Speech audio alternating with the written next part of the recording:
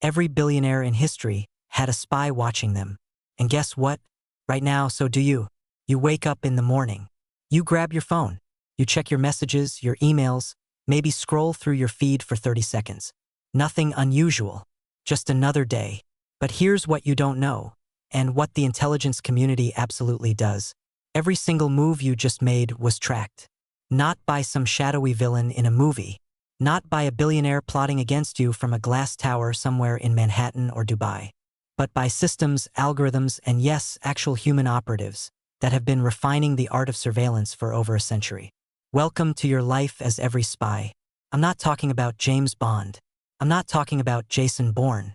I'm talking about the real thing, the tradecraft, the psychology, the brutal reality of what it means to live inside the world of intelligence.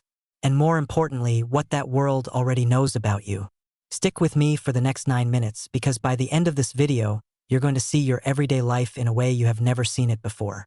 And once you see it, you can't unsee it. Let's go. You wake up. It's 6:47 a.m. Now here's how a trained intelligence officer sees that exact same moment. Your phone, the one you sleep next to, the one you grabbed within the first 60 seconds of consciousness, is a goldmine. Not because of anything dramatic. Not because you're doing anything wrong. But because that device carries your pattern of life. Pattern of life. That's the term. It's what the CIA, MI6, Mossad, the FSB, and every serious intelligence agency in the world uses to build a profile on a target. And right now, whether you know it or not, your pattern of life is being built. Passively, automatically, continuously. When you wake up. Where you are when you wake up. Who you called last night before you fell asleep. What apps you opened. What you searched for. How long you stared at that one news article about the economy. All of it. Now, here's where it gets interesting. A billionaire, someone like Elon Musk, Jeff Bezos, or any one of the ultra-wealthy power players that intelligence agencies actually monitor, their morning routine is protected by layers of counter-surveillance. Encrypted comms. Faraday cages in their bedrooms. Burner phones. Separate networks for personal and professional life. You've got the same phone for everything. And that's exactly the point. You're not a billionaire. You don't have a security detail. But your data, your digital fingerprint, is just as traceable, just as readable, and just as valuable to the right set of eyes. This is your life as a surveillance target. You just never knew the game was being played. You step outside. You head to work. Maybe you're driving, maybe you're on the subway, maybe you're catching an Uber. To a spy, this is called transitional exposure. And it's one of the most vulnerable moments in anyone's day. Here's why. When you move from point A to point B, your home to your workplace, your house to the gym, your apartment to the coffee shop where you always meet your friends, you create a predictable corridor. And predictable corridors are where intelligence operatives do their best work. Think about this. The KGB during the Cold War used to spend months just mapping the daily routes of their targets. Just watching, not interfering, not making a move, just learning. Because the moment a target becomes predictable, they become controllable. You've seen this in movies. The scene where the protagonist suddenly realizes they're being followed. They duck into an alley, change direction 3 times, disappear into a crowd. That technique has an actual name. It's called surveillance detection routing, SDR. Real spies train for months to run an effective SDR. You, on the other hand, take the exact same route to work every single day. Same time, same road, same coffee stop. Now here's the thing that should actually scare you a little. This information isn't locked away in some secret government database. Your location history is available through data brokers to basically anyone willing to pay for it. Your phone, your car's GPS, your transit card, all of it is creating a digital trail that is far more detailed than any Cold War surveillance team could have dreamed of. You are trackable. Completely, comprehensively, effortlessly trackable. And the spy, whether that's a corporate operative, a government agency, or a private intelligence contractor, doesn't even have to follow you anymore. Your phone does it for them. Now let's talk about where you spend most of your waking hours. The office, the workplace, the professional environment. To an intelligence officer, the workplace is where human intelligence, HUMINT, comes alive. Human intelligence isn't about satellites or hacking. It's about people. It's about relationships, trust, manipulation, and the slow, patient process of getting someone to tell you things they absolutely were not supposed to tell anyone. And here's the uncomfortable truth. It happens in every workplace, every single day. Not always by foreign spies, sometimes by competitors, sometimes by internal operatives, employees placed specifically to gather information, sometimes by people you genuinely like and trust, who are also quietly gathering intelligence on your company, your strategy, your vulnerabilities. The technique is called elicitation. It's the art of extracting information through casual conversation, without the target ever realizing they just gave something away. Here's how it sounds in real life. Oh wow, so you guys are expanding into the European market? That's exciting. What's driving that decision?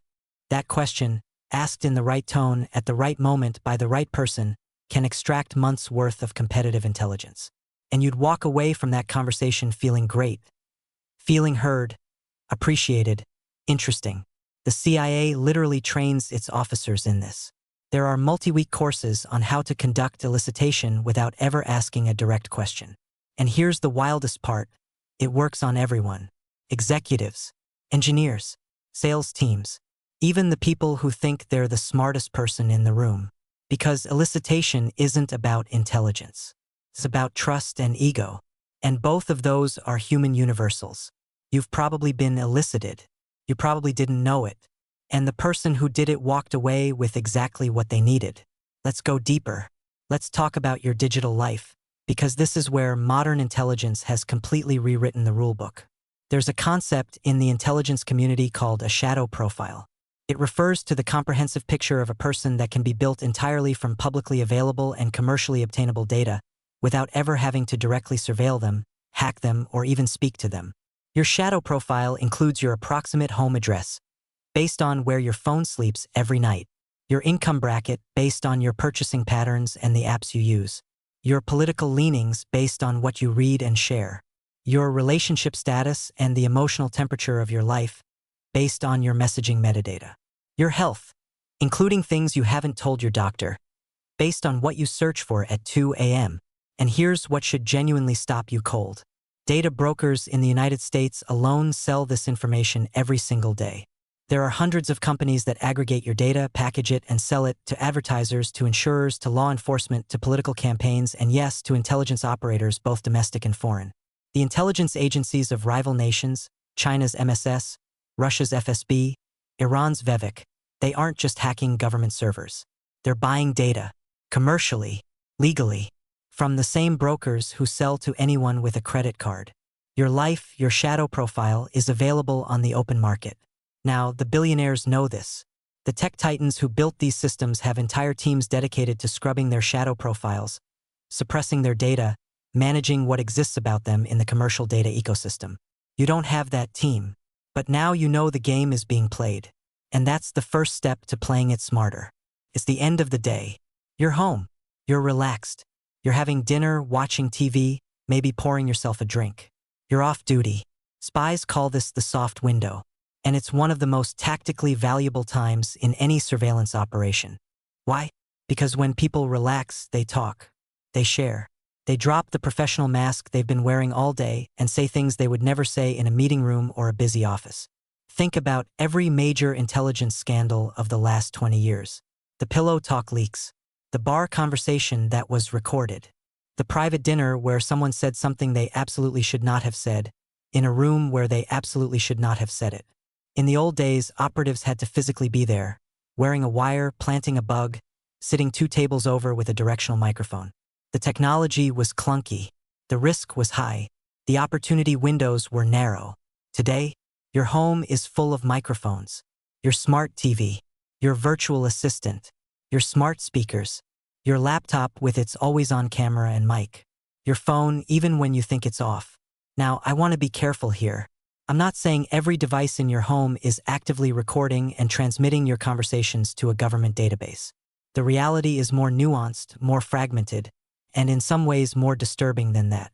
What I am saying is this: the technical capability to monitor your home environment, passively, continuously, without your active knowledge, exists. It has existed for years. And the legal and regulatory frameworks meant to protect you from that capability are lagging decades behind the technology. The intelligence community and the corporations that feed it are not waiting for the law to catch up. Your evening, your most human, most unguarded moments, That's the data they want most. And your home, the place you feel safest, may be the most surveilled space in your life. So here you are. You woke up this morning thinking you were just living your life, getting through your day, doing your thing.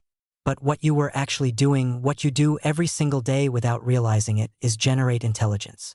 A continuous, detailed, real-time intelligence picture of who you are, where you go, who you trust, what you want, what you fear, and what you're worth.